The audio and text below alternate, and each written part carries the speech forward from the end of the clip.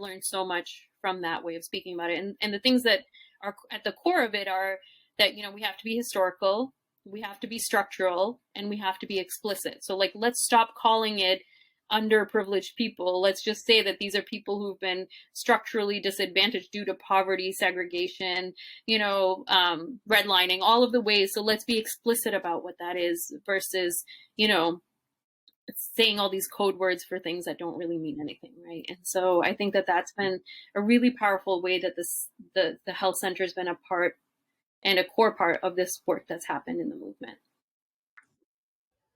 Welcome to Public Health Careers. I'm so hyped up about this episode today. In today's episode, you'll learn about the importance of being historical, structural, and explicit in public health work. We talk a lot about race, ethnicity, identity, and how that intersects with public health. We talk about the importance of narratives and shaping narratives, both in our history and in our current context, and how that materializes into public health, as well as we talk about how this person's public health perspective has changed from being focused on behavioral aspects to more focused on the structural issues underlying those behavioral aspects. A lot of great information in this episode, but be sure to hit that subscribe button if you love this show or if you've enjoyed this episode. Greatly appreciate it, and it helps you stay up to date with the information. Be sure to leave a 5-star review and share this with someone who will get some value with it. I appreciate that, and it helps the show get out to a lot more people. There's also a link below where you can support by buying me a coffee or become a monthly contributor, so check that out if you're interested. Enjoy. Hi, I'm Meenakshi Verma-Agrawal, and I'm a health equity practitioner, and you are listening to Public Health Careers. Today, we have an experienced public health professional who promotes and practices explicit structural analysis of the impact of racism on health, education, housing, and other systemic outcomes. She conferred a Bachelor's of Science in Biology at the University of Massachusetts Amherst, then got a Master of Public Health at the University of Massachusetts Amherst. She has had a long career with various roles and is currently the Associate Professor of Practice at Simmons University and Racial Justice Center. We have Meenakshi. And is it Simmons or Simons? Simmons. Okay, I was right. Yeah, you were right. Yeah. But welcome to the show. Thank you so much, Mark. Sorry, I have that cool feature that I don't use enough. So, but thank you. I'm so glad to be joined with you today. Can you tell us a little bit about your identity and how are you doing? Yeah, thank you. I'm great, and I'm so happy to be here today. My name is Meenakshi Verma-Agrawal, and I racialize as Asian. Ethnically, I'm Indian. I also identify as an immigrant. I came to the U.S. when I was 5 years old, and I use the she, her pronouns. And that's just a little bit about my identities, and I'm sure more will come up after we get in conversation. But those are my core identities that I relate to. Absolutely. I'm looking forward to hearing more about your story because you had a lot of roles, and I'm guessing that we'll focus a lot more on other things. But I know a lot of what you do and a lot of your focus is around health equity. So talk to us more about why equity is so important in public health. Yeah, thank you. I'm so grateful for the platform to talk about this because, any chance I get, I would love to push public health practitioners to bring an equity lens to their work. And what I really mean by that is how do I bring a structural lens to understanding why health outcomes look the way they do. And before I get into that, I just want to give a shout out to my, the public health ancestors who've sort of grown me up in this field. I've been really trained in the work at the Southern Jamaica Plain Health Center, which is based in Boston. And they have a racial reconciliation and healing program there. And that program connects BIPOC youth with white youth to really work and critique what it feels like to heal, both, work on healing from a BIPOC internalized way of thinking about structural racism, and for white folks to think about internalized white supremacy. And so the practitioners of that work are Denny Butler McKay and Abigail Ortiz, and they've really been fundamental to my knowledge and understanding of health equity as it applies to public health. And also Christopher C., Nishira Burrell, Baird Love, and lots of other people who've really taken me on this journey and supported me as I came to this space in my work. And so that's really shaped my understanding of it. And that's what I want to share with the audience too, is that, we are composed of all of these people who teach us and mentor us and guide us on this journey. And I hope to do that with my students and the faculty that I work with, in really thinking about what are some of the structural causes of poor health outcomes. So I'll give you an example. Oftentimes we're saying, oh, food insecurity in a particular community, and we'll start critiquing why communities of color in particular don't know how to cook the right foods or don't know how to access the supermarkets. But we don't talk about residential segregation and how that led to not having supermarkets in some of the cities that have the most, or the areas of cities that have the most people of color, or transportation injustice, or social isolation. All of those things actually lead and contribute to food insecurity. So if we look at it from this very binary lens, I think we as public health professionals really miss an opportunity to say, what are some of the structural factors that are actually impacting what this health outcome looks like right now? And this is not new. I mean, people have been talking about structural racism. Dr. Kamar Phyllis-Jones, as I'm sure you and your audience are well aware of, some of the stalwarts who've been speaking about this for a long time. And it still continues to be relevant because we're unwilling to acknowledge that in the public health field. So I really want to challenge people to say, if you think a problem is behavioral, I invite you to look at the structural.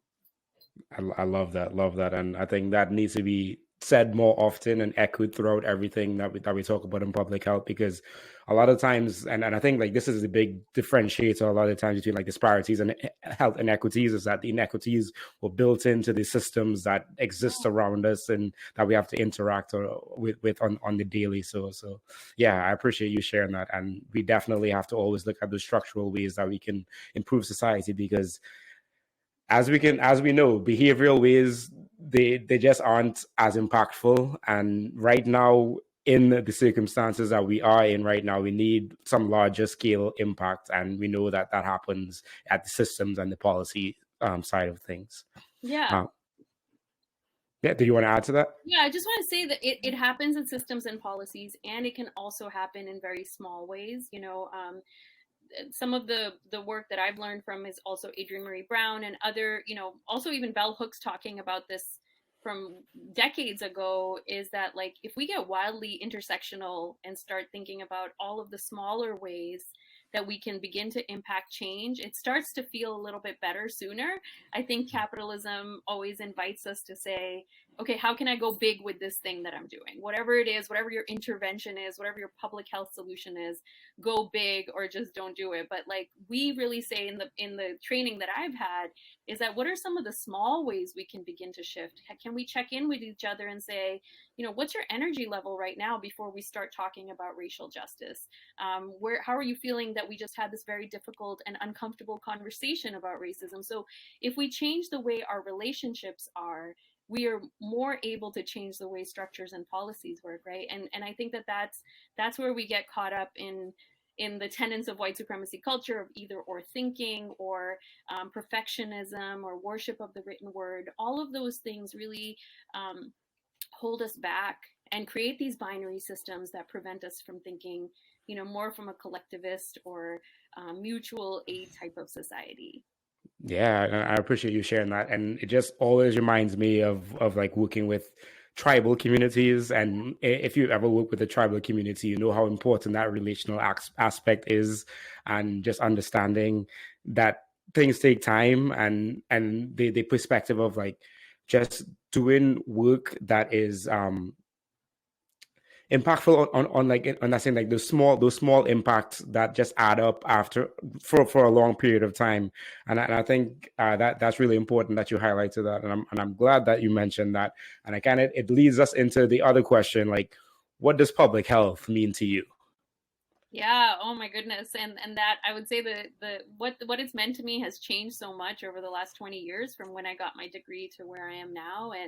And I would say, of course, the last 3 years has really put public health in a space where I'm frankly think we weren't ready to be. And everything from vaccine policies to immigration policies, public health has been called in to comment or shape how those policies are being looked at. And frankly, it's just a moment for me to call in all of my public health relatives and say, we have to do a better job. Title 42 is a public health policy, and that has expelled so many asylum seekers from the border. And that's, in the name of public health, the way the vaccine rollout. I mean, we can talk about the impact of COVID, for 5 episodes probably, but Right. even just thinking about the vaccine rollout and how inequitable that was. So we can't talk about a historic mistrust in the public health and medical system when we're still continuing to do that right now. And so, I really want this message to come clear to the public health people and say that we have to get very clear, and we have to be political. And the thing is that we think public health is an apolitical field, but silence is also very political. And if we don't step into a space and say we stand for this, someone else is going to shape and write that narrative for us. And I think that that's exactly what's happened in the last few years. I will say that finally my relatives got to know what public health is, because everyone was like, yes, Meenakshi does public health, but no one really knows what public health is, because we're so many things, right? We're from environmental injustice to seatbelts in cars. There's just Right. such a range. However, I think that's caused a bit of an identity crisis in our field that's allowed people who have louder voices than us to shape our politics. And I will say that public health is political, and if we don't stand in those politics, like I said, someone else is going to write that story for us. And then then we're backtracking and trying to fix that. But we had policymakers with no experience telling people when and where they should be wearing their masks. I mean, that was just simply because public health was not clear enough in its politics to say we stand here and this is why mask mandates are important. And so, that's my message to the public health field, is like, let's get organized and let's get political, because we have to write this next chapter of our story. That is absolutely correct, and I'm so glad, like you mentioned that, and I love the perspective, or like the sharing. Like silence is also political, Yeah. and I think it's so important as well as to write our own narratives and to say like this is what we mean, and this is why we're doing, and this is what we're standing by it. And to your point, a lot of the reasons the systems are the way they are is because the communities haven't had the voice to be at that political table to set up those systems in the way that benefits us. And to that point, capitalism has set us up in a way that people have done it in the most inequitable way, and deprived the most marginalized communities to ensure that they are getting the profit from it. And to that, and like just continue on that thread is like, if we don't sit down or like stand up and say this is where we stand, this is what we need, we realize that there are these budget cuts that come, and then we don't get the sufficient funding to continue the work that is needed to support the people that need it the most. And I like to that point, and I feel like I'm getting very a lot of energy right now. I'm glad that you said that, and I'm glad that that is the message to people out there, because yes, we need to do a better job of standing up and saying this is what we stand for, and having that political voice, and being a part of shaping those policies that are so vital to health and health improvement. And I think that it's not necessarily anyone's fault, right? We haven't been taught this history. I grew up here in the United States, and I can understand the educational system. Yet when my own children went to school, they were learning the same corrosive history of the United States that I learned when I was a child. So, it's a very intentional way, and we see it across the country right now with the debate that's happening, with critical race theory and all of that, is that, there's narratives being shaped for us. So we do have to do some self-education, because we will not be handed this information. In fact, it's concealed. A lot of the stories of the revolutions that have happened both amongst people of color and by people of color have been concealed, and what's happened to us as well. And so we have to either tell those stories to each other, we have to dig them up and tell them as loudly as we can, because I believe that if you have a historical perspective, then you begin to connect it with what's happening in current times. And I think, and I don't blame anyone for not having it. If you don't know, you don't know. But once you know, you have an obligation to tell that story forward. And that's my hope with this work. And I would say largely my public health work now is focused on BIPOC healing, right? I mean, how many spaces would it be that someone of my identity and your identity could be in a space together speaking about our collective liberation? Oftentimes people of color, cross ethnic identities are not even in the same rooms together. But in fact, although our experience with colonization or oppression is different, our colonizer is actually the same, right? And so we have the same oppressor but different experiences with it. And I think that there's so many great stories to be told within that. And so I want to, that's what I feel my work is now. So I tell my white beloveds that you go talk to white people, talk to each other about internalized racism. People of color have some healing to do amongst ourselves. And so that's my hope in the public health space too, is that, yeah, do your radical work, stand up for what you believe in, and also begin to heal yourself. Because if we're not healed, then we cannot do the work that we're trying to do. Yo, are you looking for an online community to connect with like-minded health-focused people? Join my free community health and wellness Discord server at thephmillennial.com/join. You'll find growth-focused people talking about important community and personal health topics, networking opportunities, online yoga, book clubs, and more. Be sure to introduce yourself when you join. Link is in the description. Now really, back to the show. Yeah, we definitely have to all do our part to be self-aware first of all, to and then do the work that is necessary to get to that healing. And I appreciate you sharing that. And so before you were a health equity practitioner, you got your bachelor's in science and biology at the University of Massachusetts Amherst, and then went on to get your master's of public health at University of Massachusetts Amherst. Can you tell us about that process of you going through schooling? What was Yeah. that like? Mm-hmm. Yeah, it was it's interesting to relive that now, but I was like any, Asian immigrant child who thinks that they should be a doctor because, everyone tells you that you should be a doctor. And I frankly, had some interest in science, but I also had a lot of interest in sociology and just like women's studies. That was my minor. So that was really my area of interest, but I couldn't figure out how to blend the two. And so I went off and I got a job in a research lab, and I was miserable. I was like doing lab research on like little mice. It was awful. I loathed it, but I came across a public health course that, my mentor, Dan Gerber, who still works at UMass Amherst, was teaching. It was on community development, and I was like, oh, what is this public health thing, and so I took that course and I just totally fell in love with what public health meant, because it kind of blended the two things that I was passionate about. And so then I went back to UMass and did my master's in public health there, in community health education. And I think that at that time public health was not as popular, and I was really appreciative of what that university offered me. I was able to do my fellowship, my practicum in India, because I secured this American India Foundation fellowship, and so I was able to go back and do some work there as well. And so, that experience, and I think for people who are thinking about public health school, to really think about, what do I want to come out with? What are some of the universal tools I want to be able to apply to my work? And, now the program that I teach in is a program that's focused on health equity and structural racism.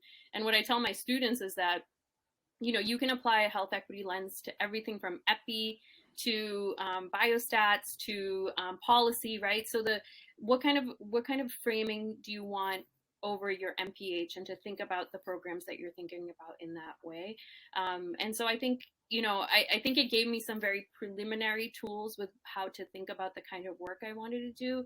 But subsequently, it was really my experience, all the jobs that I had, all the things that I saw in the field, all the people that I worked with, all the community folks who were already doing this work and were like, they don't need degrees to demonstrate, how to build relationships. And so I think I've just been a very, very grateful student of the work that's happened in the communities and learn from folks there, in the hope that I get to amplify, what they're already doing in the communities. I think too many times, as students or as researchers, we've developed these extractive relationships with the community. And, I can see the harm that that's caused, the mistrust that's created.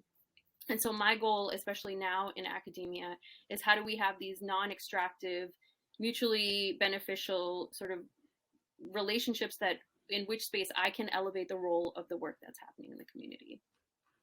Yeah, and just to follow along that thread there, like what are some tips that you'd give to other schools, other programs to work with community in that way? Yeah, I mean, I think it's always thinking from the perspective of if you're doing research with the community, is there a way to do community-based participatory research? So how are people involved in the actual research that you're doing and creating, and hopefully developing skills? Are you compensating them for their time? Sometimes I think universities believe that, community groups will just want to participate. No, we have to compensate people. We have to provide childcare. We have to provide, things that help folks participate in this. It should not be thought of as charity, work in any shape or form. And then finally, who gets to own the research, and who gets to hear back from the people doing the research? And oftentimes, communities find out after a publication has been put out. And I think we really have to do better as academics to say, yes, I'm just amplifying the story for you, but the story is yours, and you own this data, you own this. And I know that I'm sure there's caveats and MOUs that need to be happening for that. But I think that has to be a value statement for any researcher who's working with the community. It's not simply, and then the other thing is, like, I look around Simmons, and we have several universities in our 2-mile radius. We have Harvard School of Public Health, we have Northeastern University, Mass College of Pharmacy, Simmons, and, we're all on land that's been taken away from the community members who are there. So in what ways does your investment or your claiming of the land there actually end up giving back to the community members who were displaced because of that, because of all the housing you needed to put up for students, or the new buildings that you need all the time? There's capitalism is so entrenched in that. And so I really hope that universities can think better about what it means to acknowledge that we are on stolen land. And and I think that this is really deep in my understanding, in collaboration with the Native Indigenous groups that are working here in Boston, is to understand how systematically groups of people get erased from data. And so I think that's really important too, is that I would push universities to say, make sure you're including communities in a way that they get to be seen. So we spoke with the Native American community in Boston, the North American Indian Center of Boston, and they said that the way the Department of Public Health was sort of coding their data, like they would go into the hospital with COVID, and they would get racialized as white or black, but their indigenous identity would be erased from that intake. And that is, not only is that a historical reenactment, but it's also erasing their data. So then, whatever ways that they need to use that data to provide support to their communities is also disappearing. And so I think we have to push our institutions and our universities to say that we cannot erase people at our, desire to make data look good. We have to be able to work with the communities and say, what data do you actually need? And so I think that that's been an important learning for me as well, in this particular role that I've been in. Wow, you shared a lot of great sound bites there. I talk a lot, so you can.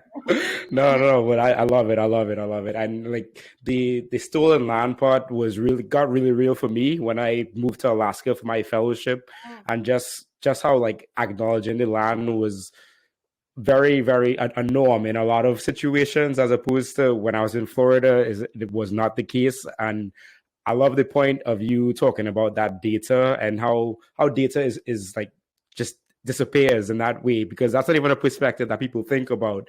But when you started going down that tree, and I just thought about working with an Alaska Native tribe, and them sharing how they don't like to see the data from these big surveys that happen, because they know it's going to be bad. They know that. So they were, and we came in and we did a photo voice component, and they were so happy to be able to tell their story in a way that really like resonated with their storytelling history, and didn't focus so much on all the negatives that they already know are happening, but just being able, and I think like to that point, like the data that we collect mightn't even be the data that we need, and we need to to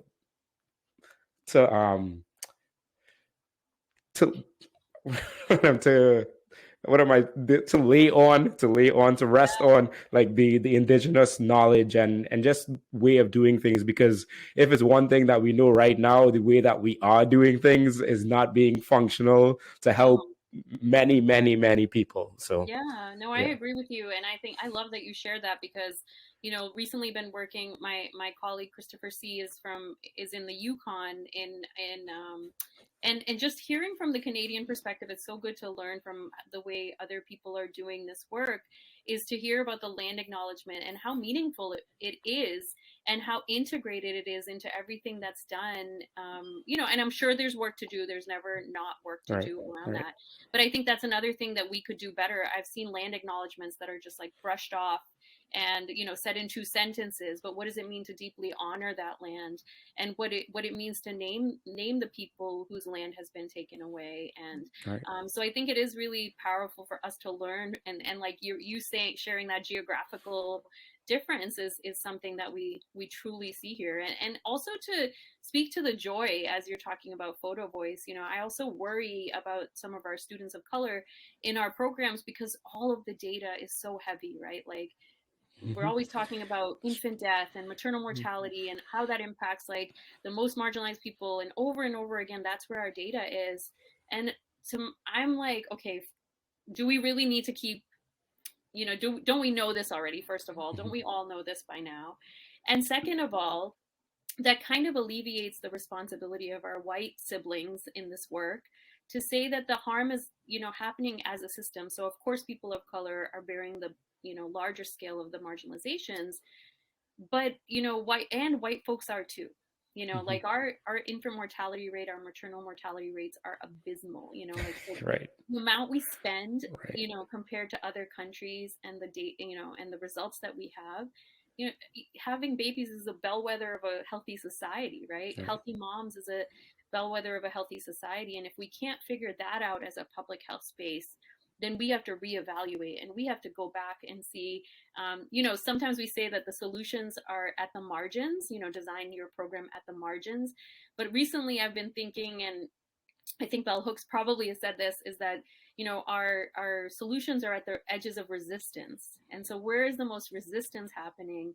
And that's where we're seeing these revolutionary ideas coming up. I'm also the part of a board of the Neighborhood Birth Center, which is working to start the first freestanding birth center in Boston, that's led by Black women who've historically been a part of this movement in Boston. And what we know about the history of midwives is that it was mostly Black women who were midwives, right? And then Right. white men came and Criminalized them. professionalized it, Mm-hmm. Mm-hmm. pushed women out of the field. So especially since COVID has been an opportunity to take that back. And so many people have been saying, what would it mean to like take that back and be able to birth in a way that feels liberatory, versus it being something put upon us. And so, I think that things are shifting, and they shift slowly, as you said before, is that the work of movements is very slow. However, there are shifts happening, and Arundhati Roy said that we have this opportunity, right, during COVID, that a new world is possible. And I can see tidbits of it happening around us. All right. And I think it's like so important to celebrate those tidbits that are moving, and also understand that there's so much more to do. But I think especially when you're a BIPOC person in this work, it's really hard to take in the brunt of like years or decades and decades of systems that have set up to just oppress people, and have to know that you have to do this small part in undoing this bigger issue, and it could definitely bear brunt sometimes. Yeah, absolutely. Awesome. And yeah, solutions are at the edge of resistance. I like that one. Yeah, I I like really that like one. Okay, and so taking you back now. So I wanted to talk a little bit more about the fellowship at the American Indian Foundation. So you said you moved from India to the US when you were 5. Yeah. You got your bachelor's, got your master's, and then moved back to India to do this fellowship. So talk about that experience as a Yeah. young public health professional. Yeah, I think I espoused some like own ways that I'd internalized that, I want to go back to India, and there's work that I want to do there. And I did feel, I feel very lucky that my parents were able to immigrate to the US because of, economic benefits that they had, caste benefits that they had, to be able to migrate here. Of course, no easy journey, because the migration journey requires that you this idea of assimilation really is erasure, right? And it's Mm-hmm. part of the ammunition of American culture, Mm-hmm. which is like erase your identity, put it aside. But for the ways that I was raised, I was very connected. We used to go back quite frequently, and I just felt this desire to go back and work there. And so I got this fellowship. There had been an earthquake in a particular part of India, in Gujarat, at that time, like about 6 months before the fellowship. And we were flown in there, and now I'm like a little bit like, wow, that was a lot of like saviorism happening, like the Indians who are also American are going to fly in and do something. And now I'm like, look at the audacity of us to think that we can go in. It's just like, it felt very Peace Corps-y, and I'm really grateful for that experience. That program has continued for many years. And I think I learned that, we weren't really offering much that couldn't have been done by, giving those resources to the locals. Because in fact, what we created, and I think what a lot of international development creates, is like an economic vacuum. And so, all these people will flood the area to provide support. And then, like, people who are trying to start businesses, people who are supporting their families, come in to provide products and food and housing to these people coming in, and then we leave. And then now what happens to those communities, right? So I don't think that I would I'm grateful for the experience, and I think that there are more sustainable ways. And I think the American India Foundation is trying to shift to that a little bit more too, by having people who are fellows who are from India, and so, what did I know living outside of India for 20 years by the time I got there, and so I think it was a majorly humbling experience for me, but it also connected me back with the land in a way that I actually wanted to go back again. So I came back. It was a 3-month fellowship, and my family was like, well, you must be done now. I'm sure it's out of your system. And I was like, well, I'm not sure about that. So I came back and I finished my degree, and I worked for the Jamaica Plain Asthma Environmental Initiative. And it was a very small community-based organization. It was me as the director, and then a staff of 2. And on my first week, I had to fire someone, and that was my first experience as like a young person trying to fire someone. It was very awkward. And so, that whole experience of, this was a community-based organization. This was the cool thing about this organization, is that in the 1990s, the government in Massachusetts decided that every time one of the hospitals or one of the universities puts up a building, you have to give a grant to a community-based organization to address some of the issues that have been identified in the community. So at that time, and still continues to be, asthma rates are very high for communities of color in Boston. And so there were a group of parents organizing. They pushed the hospitals, and they got a grant to start this organization. And this organization would, provide supports to parents. We also did home visiting. And, again, looking back on sort of the paternalism of public health, we used to go in and tell parents, like, oh, you should eliminate these triggers, and you should not use bleach, and you should, use this special vacuum. And now, like, I think about it, and I'm like, wow, that was so behavioral, right? Because these folks were living in public housing that has lead paint. And lead paint and environmental pollution are major triggers for asthma. So here we are telling the parents to change a behavior. Meanwhile, the structures are not shifting. So I think that was another important learning lesson for me, to understand that, public health has to be structural, right? But we in the small ways that we were building relationships there was tremendous collaboration between parents. The community health workers that we had were amazing. And so there was a lot of underground organizing happening because of that. And I still think that, as an organization, we just weren't even given the chance to push structural, because it was just too big at that time. And so I think that led me to my relationship with the Southern Jamaica Plain Health Center, which again has been like a lifelong school for me, a institute of learning, and institute of friendship and deep love, to guide me into my next phase of my journey. And so then I was there, and for 2 years I worked at the JP Asthma Initiative, and then I met a young doctor who was setting up an organization in Bombay in India.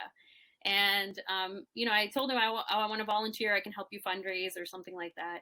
And he said, well, that's great, but, I need someone to take over the project for at least a year. And I was like, oh, I'm not moving to India. Are you kidding me? Like, I have student loans. And, so 4 months later, I was there. And it was wonderful. I think that feeling that I had, that I wanted to go and live back in India, and I moved to a city that was totally unaffiliated with anyone I was related to, and so I could just see what it's like to live somewhere new and build my own community there. And luckily I was able to do that, and I just really loved the people that I met there, and there was just so much growth that happened to me at that time while I was there. So I ended up staying for almost 2 years, and then I came back here to the US. So I'll stop there because it's also super long already. No. I love that. I love that, and that definitely, like, starting back on the fellowship,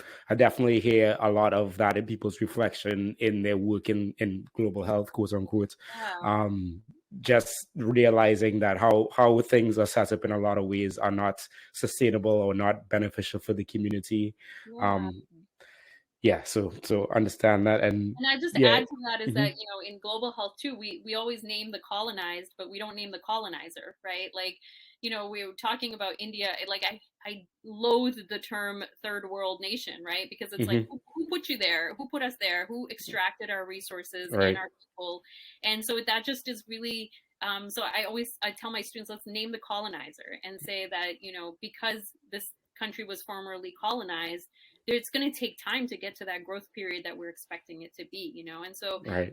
there's so much important ways for us to see, like, what countries are doing on their own, and like what kind of innovation is happening there. I worked in the what's called the largest slum in Asia. It's called Dharavi, but there's tremendous entrepreneurship happening there. There's tremendous Right. community there, and so we just like to ignore it because we want to call it the largest slum. But like, let's talk about the systems that were created that led us to that. There was enormous land pollution that created all of this, the way the land is set up there right now. So, Right. there's just so much nuance to the way, and I would love if there's global health people who are listening to really think about that, is that, what is the impact of colonization that you're seeing out now in those countries, and does my role in showing up there actually serve it, or am I Mm. further colonizing it by, with my actions?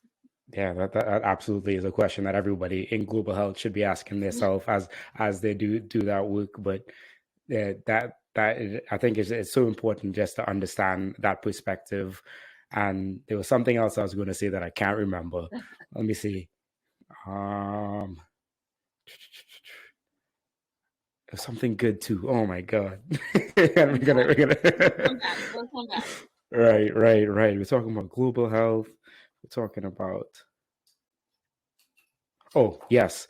And the other thing that I wanted to say was just like how important that narrative part is. And in you saying name the colonizer, a lot of times in history we don't think about that perspective, or we don't think about who is doing this to people. We just say this is happening to these people, but we don't think about that. And I think that's an important part of like narrative writing, and just talking about what is, and not just focusing on what is happening, but what Mm-hmm. what is causing this to happen, and what caused this to be that way, and thinking about the structural thing. So I'm Yeah, really glad that you mentioned that, because that is very, very important.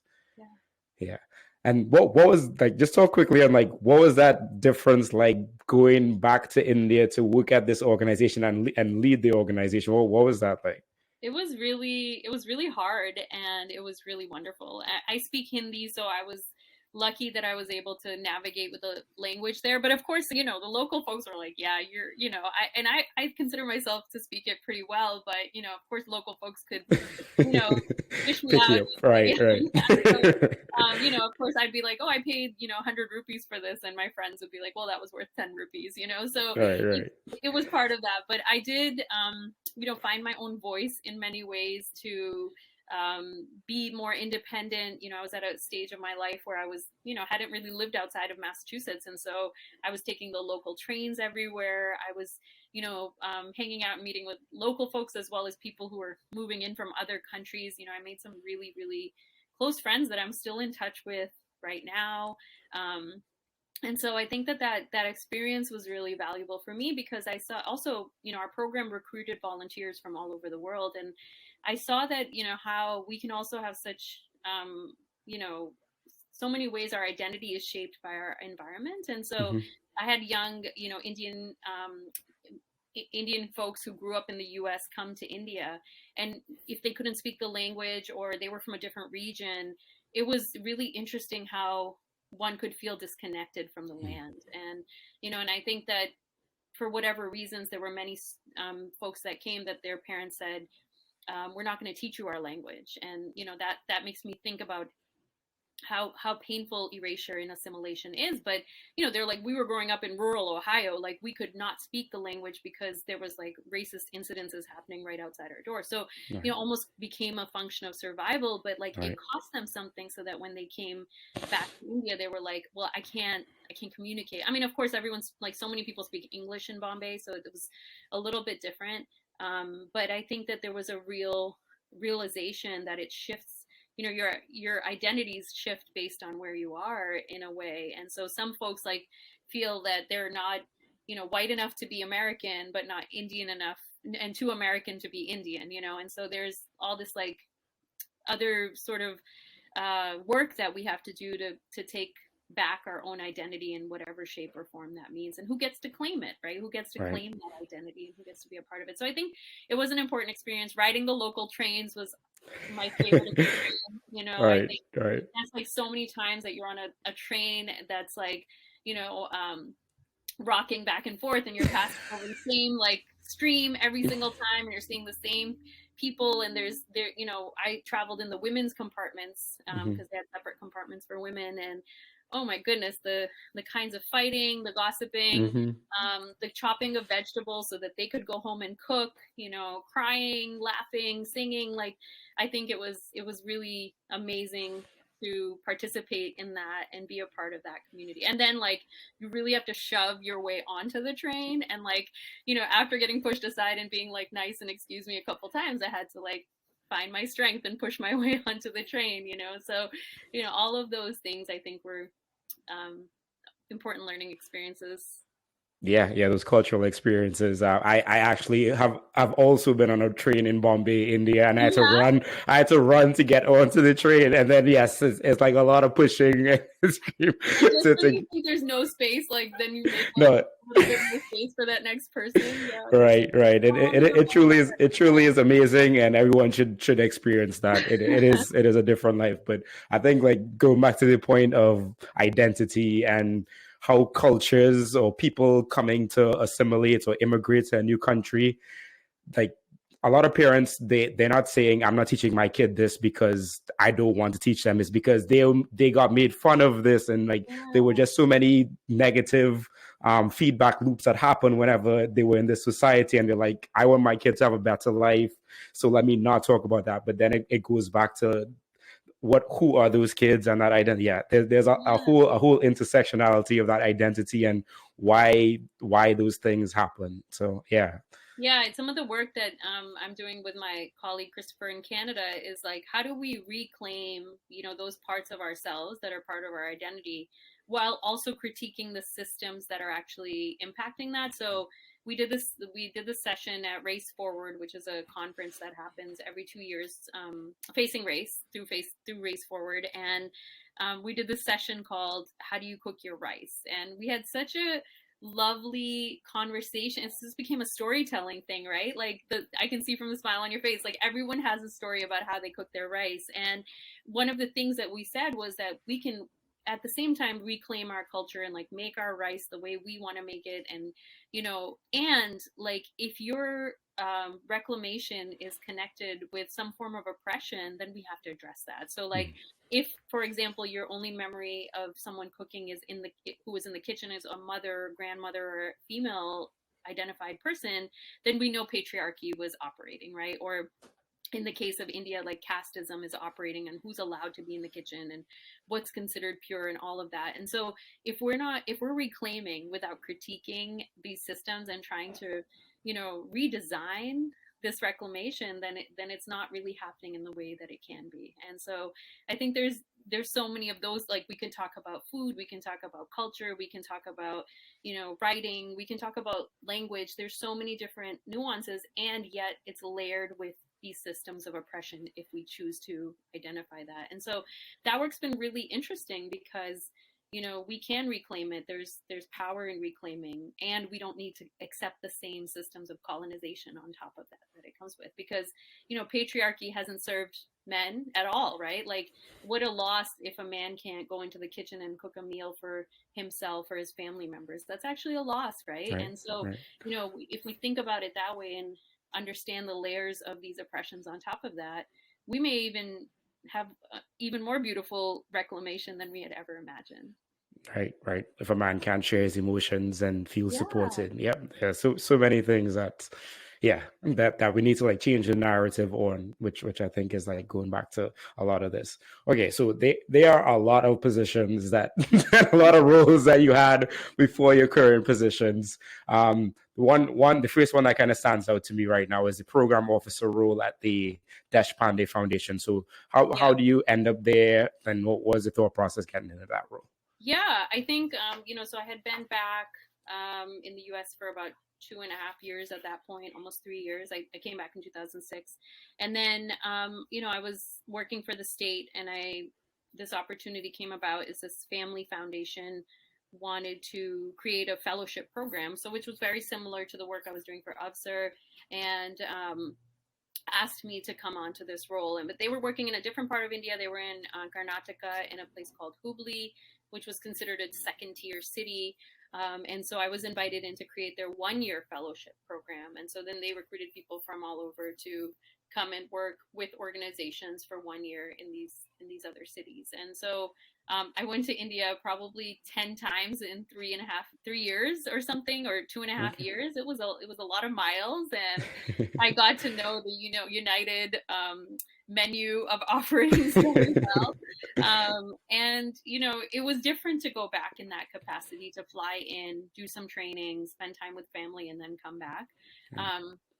And so I think that there was tremendous value, and even that organization has shifted a bit to offer more fellowships to local folks. And so I think slowly places hopefully are starting to shift from this idea that we need outsiders to come in and share their perspectives. And of course, there's so much innovation that can happen when we work collaboratively, but this idea of like who gets to fly in from where, and who gets the benefit, and who gets the privilege of being able to do that work at the expense of whom, at the expense of how can these resources be allocated in a different way, is something that I struggle with now. And I'm not sure that I would, I'm not sure that I would approach it the same way now. And I think that was an important experience too, to be able to travel to different parts of India and do the work and see what kind of innovation was happening amongst entrepreneurs in that area as well. So I did that work, and then I came back and I had my first child, and I decided to start a consulting business. And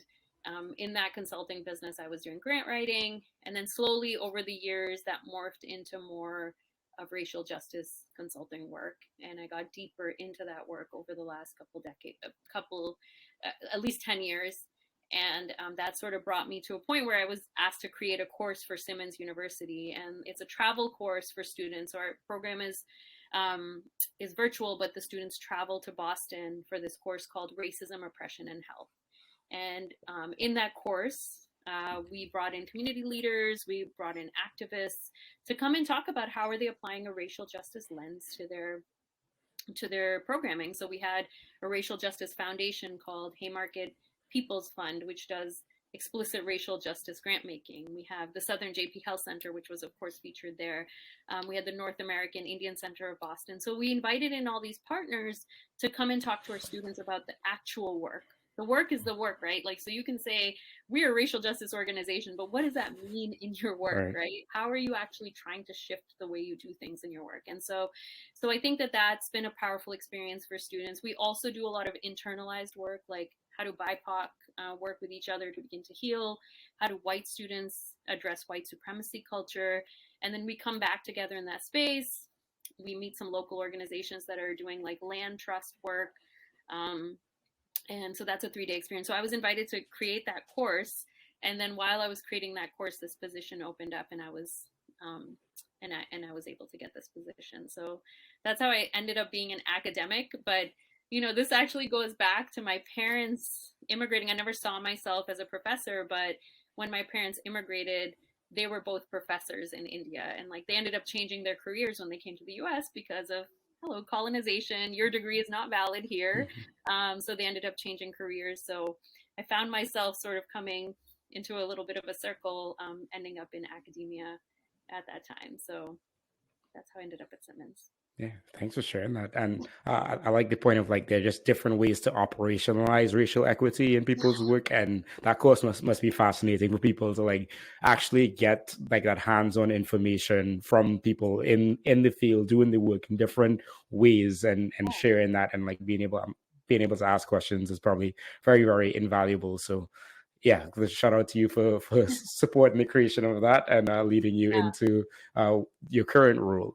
yeah, And so before your current role, and like just in hearing about like this Desh Pandey Foundation, yeah, it kind of sounded like at that point in time you might have gotten like an interest into like this academic sense of like you're building out a fellowship program or supporting a fellowship program.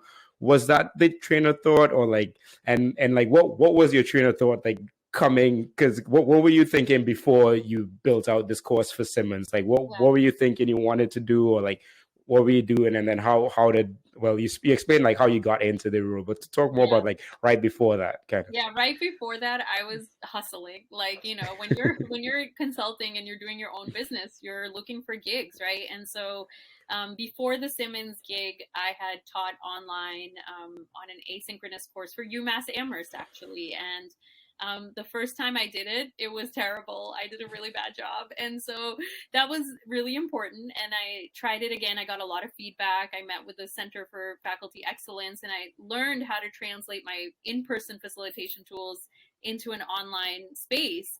And then it was like, oh, okay, I could do this. This seems interesting. Um, and then a friend of mine forwarded me some open positions at Simmons, and then the position to design the travel course came up, but I wasn't like I was still, I still wasn't sure that I wanted to come into an institution because consulting practice, you can make some suggestions and leave, right? But like once you're in an institution, you are accountable, and you should be, right? And the same people that I said were my racial justice um supporters and mentors were like, maybe this is a good time for you to think about going into an institution, because talking about it and practicing it are two different things. And so then to go into academia and see all manner of ways white supremacy culture shows up. Of course, even with the best of intentions, we're still having, pay inequity, harm happening in the classroom, inequitable access to tenure, course evaluations that are, known for being inequitable. And so we see all of those things playing out. So for me, it became an important lesson of how do I, you know, teach my students to think about how do you apply the racial equity lens and practice it at the same time. And it's not easy. Like, so I think that was a really good lesson for me, because as a consultant, I could say, here you go, here's my recommendation, and Mm-hmm. walk out the door. But when you have to practice it, and when your relationships are on the line or your job is on the line, it creates a very different dynamic that you have to, and as a person of color, like to protect myself and my own health, to say, okay, now I'm going to choose to speak up because this person just said something again, or I'm just going to choose to stay quiet because, it's not my job to teach this white person about racism. They can Google it, right? And so I've had to learn to make many of those types of decisions at the so I can protect myself. And I think that's, when we look at the levels of cortisol for people of color who are working in institutions, the amount of stress, the amount of burnout, and we see people who are constantly being put in these like equity positions, even though that's not even their field of interest. Mm-hmm. I think academia has its own reconciliation to do with the way that we utilize bodies of color, people of color in our data, but we don't honor them when it comes to, you know, amplifying their work or funding their work, or all of the ways that harm can continue to happen. So I know I roundabout the way answered that question, but it wasn't really a place I saw myself necessarily, but sort of a thing by chance that came across my opportunity list. Yeah, and that's a really great point. And like the dissection of like being a consultant and like kind of saying, hey, here you go, and then you deal with it, as opposed to like being in the institution. And I think it was Ella Baker who was the person who said that you have to like be embedded in these institutions and Yeah. able to change it from the inside out. And like to your point, when you got there, you saw that there are these things that needed someone like yourself to come in and speak up about. And I think to that point, in every, or not, yes, let's say every system and every institution out there, there's some need for that, and there's some need for someone to come in and share like real perspectives and understand like what has been built here hasn't necessarily been built in to save everyone, or it is harmful to some people, and just realizing that and then putting that into practice. And I think also being an important person in like health equity practicing is being able to guide the future public health practitioners, and that increases impact in allowing them to take all of these different equity, racial equity tools and techniques and understanding into their work, so that we aren't amplifying and doing a lot of the same things in the public health work and the other intersections of the public health work that come out into the future. So thank you for that work, first of all. 100%. Yeah. Okay, so you're the associate professor and assistant program director for the MPH program in health equity at Simmons University and Racial Justice Center. So what do you do as first of all, like, what do you do as an associate professor? How does this work tie into the racial justice training or trainer? Yeah. Tell me more about that. Yeah, sure. So as a associate professor, I have teaching responsibilities. So I teach classes like socio-structural determinants of health. I also teach our practicum courses.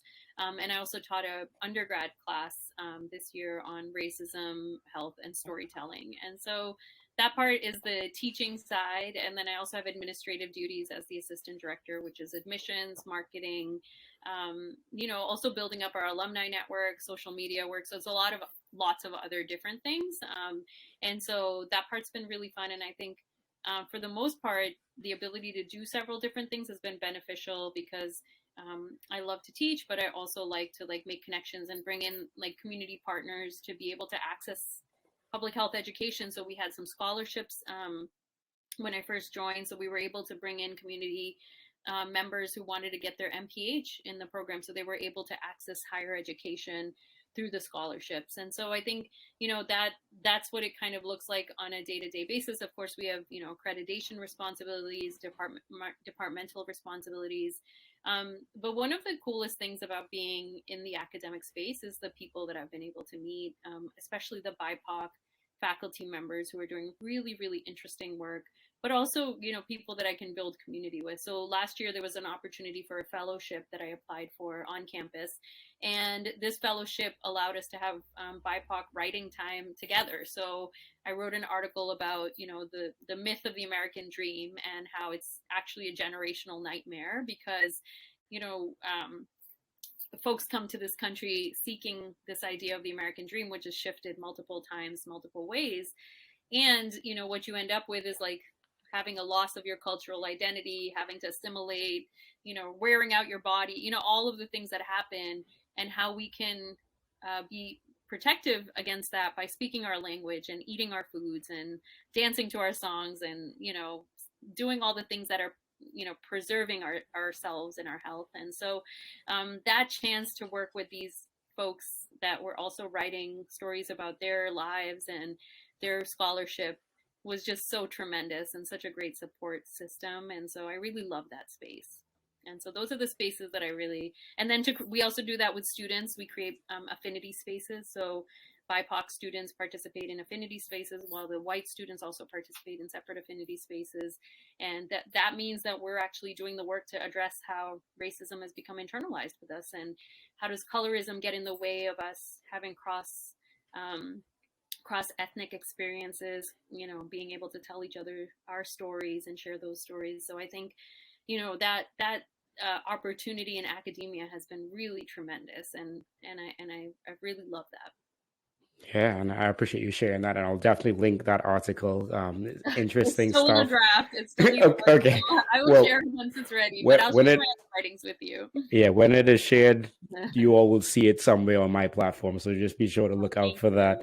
you. But yeah, and I appreciate you sharing like all the different responsibilities that go into your role, and just like how I feel like you're able to seamlessly explain what you do when you're doing a lot as well. So awesome. Thank you for sharing I that. just want to add one thing. Sorry, Hmm.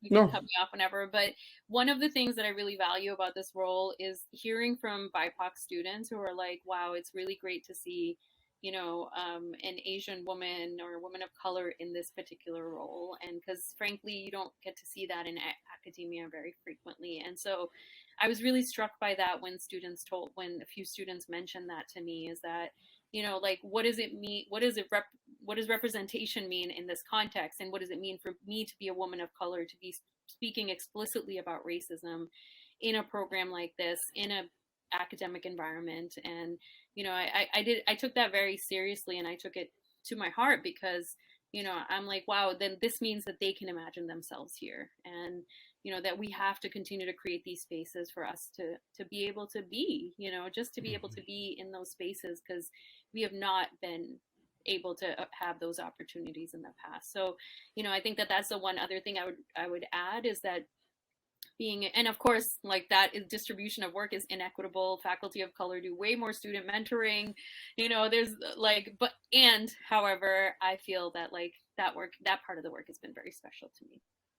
Yeah, and I appreciate you sharing that. And that is important. Representation definitely matters. And to that perspective is like sometimes we don't even think about what us just being in a certain role or taking a certain position, what that does for others that are around us. So I appreciate you able to raising that up as well. And I know earlier on you said that a lot of your health equity training or your perspectives were in the Jamaican plains. Do you want to talk more about that, and how that kind of like shaped you as a professional and how you bring that to your work today? Yeah, thank you. Thanks for the opportunity to do that. I think so. The Southern Jamaica Plain Health Center is part of the movement of health centers that came up in the United States in the 60s and 70s, of really founded and created by Black women and Indigenous women who were seeing that there was a need for community-based health centers. And so now the Southern JP Health Center is licensed by Brigham and Women's Hospital, which is one of the larger hospitals.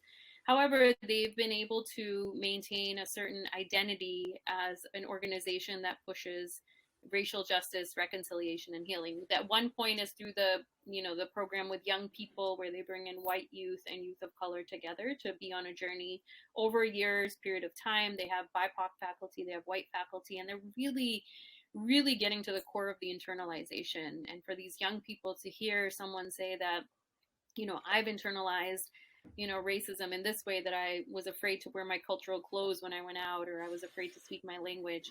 And for the white kids to talk about what they've, bared witness to, seeing their, friends of color experiencing harm, at the hands of police, or, and so I think that there's been a tremendous way, and they've come together over this understanding of public health, actually. So one of the days they get core public health skills, and one of the days that they come together, they get some of the work on internalization, and they get a stipend, and so there's all these ways that we're honoring these young people's time, and they also get this, like, space to be in movement and relationship with each other. So that was one part of it. And then, so Jenny Butler McKay and Abigail Ortiz were working with these young people, and they said, here we are training these young people, when we send them out into the world and the adults are just not ready for them, we have to start training adults too. So they started a program called Liberation in the Exam Room, which was working with adults and doctors and other providers and professionals to say, how is racism getting in your exam room, and what can you do to address that? And so they would work with providers and say, get to know your history, get to know your community's history. So a lot of folks who work in, health centers are like, well, I get it because I work here, but it's like, no, you do understand the history of gentrification and segregation and redlining that's happened here. And if so, you'll begin to start to understand your patients better. And so they worked with these providers and they created this sort of meta test study or beta, whatever the early version of it is. And they said that we're going to, after the doctors do like their own internal work, they study the history of the community, they understand racism in the medical space, then they're going to ask their patients a question. They would usually say, ask them to share their identities like we did earlier, but they would say that, we know that the healthcare system has perpetuated racism and other forms of harm in its practice in the past. Are there any parts of your identity that you want to share with me that would help me treat you better? And I don't have that's not the exact, it's sort of paraphrased.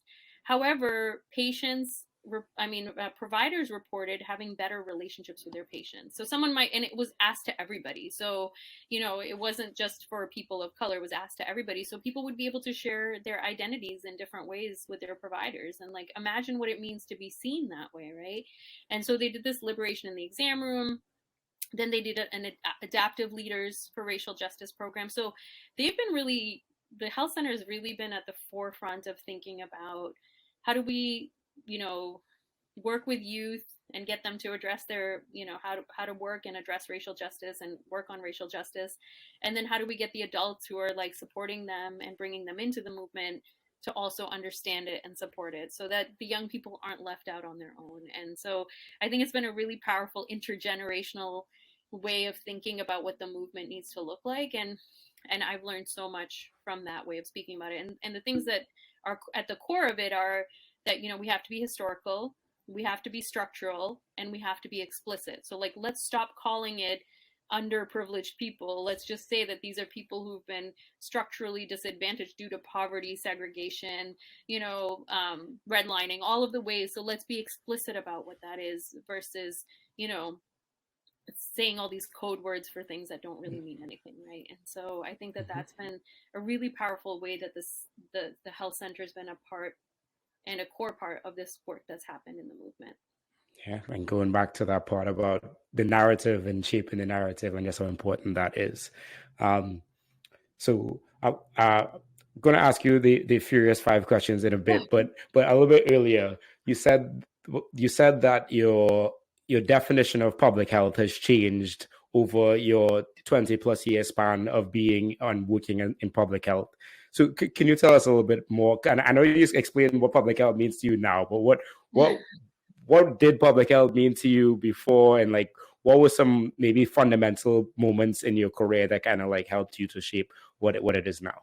Yeah, thank you. That's such a good question. I think, of course, what I believed in it before was some of the ways that I practiced it, which was like going in and doing individual behavior change, like really boots on the ground type of ways of trying to impact work, like going in and being the helping hands or whatever it is, and I think that what's evolved for me is that, the shift in thinking about this as relational work and as also thinking about this as local work, right? And public health is, of course, it's like national, international, all of that work, but like, what is my local work in public health? What is my sphere of influence? I think I've gone from like thinking of like, oh, it's me helping people and like acknowledging my privilege and, saving whatever, to thinking like, where am I complicit in this process and what do I need to do to shift that? And so in some of those ways, I see what shifted my work was working with students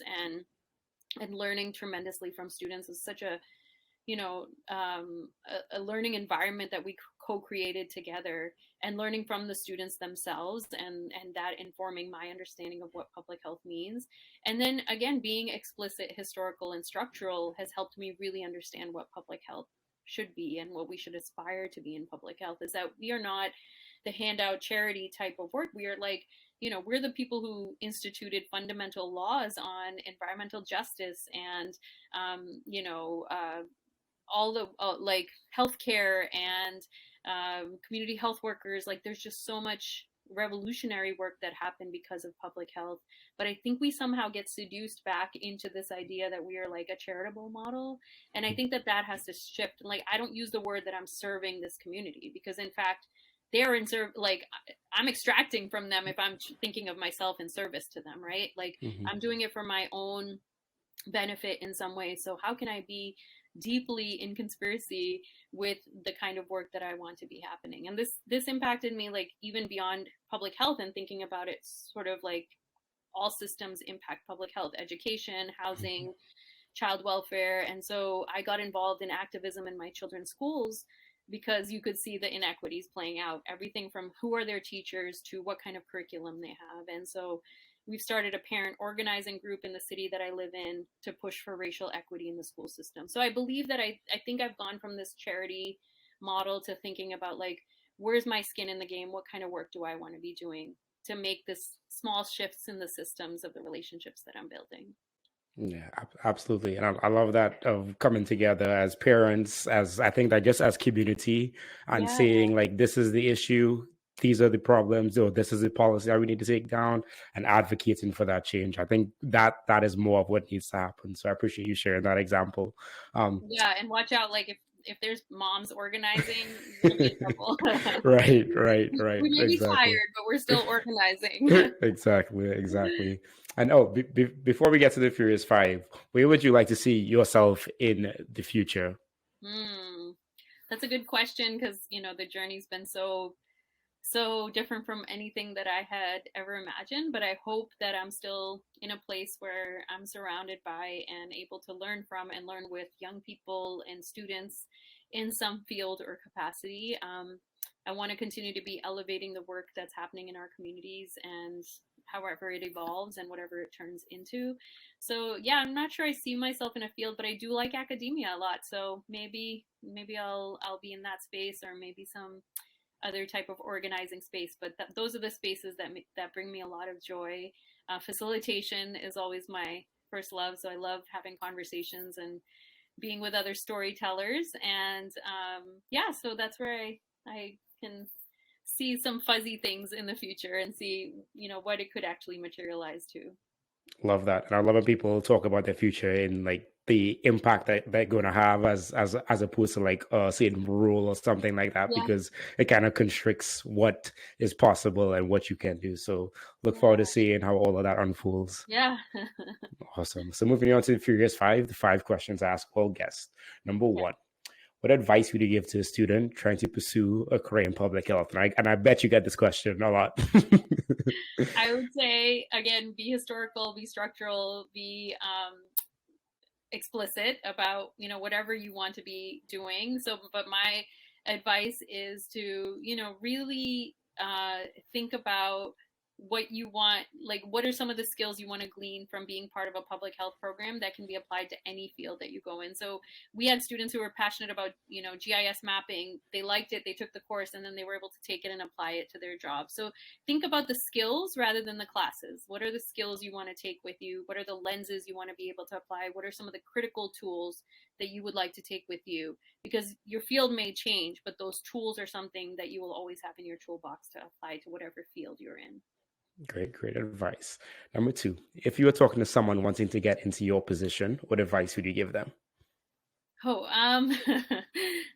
be really open. I think academia is what you make of it, and there's tremendous flexibility, and there's a lot of chances for you to grow. So, don't think of it in sort of this imagery that you might have of what academia means, but you can shape a lot of it, and you can meet really wonderful people in these types of spaces. So, be open to that kind of learning that will happen in the space for you. Yep. Number three, what's something you're looking to improve in your life right now? Yeah, I think putting more of my like working more with the storytelling work of mine.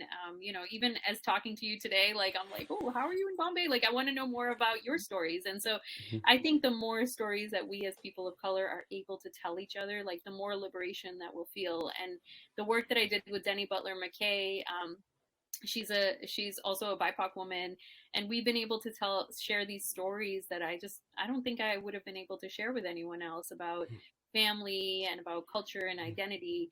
And, so what does it mean for us to find our liberation with each other? Is that something I really want to continue to build? And so I'm like excited to do that. I don't know if that'll look like, some kind of visual thing or some kind of written thing, but I really want to just continue to hear people's stories. Love that. Let's look for more spaces for liberation. Yeah. Number 4, professionally, do you recommend anything? For reading or Sure. You can reading. Yeah. Professionally, well, I have like so many to be read books to be on my pile. I just started Revolutionary Mothering, which is just such a powerful book about looking at mothering as a way of organizing, and an organizing philosophy, a revolutionary philosophy. So I've just got into that a little bit.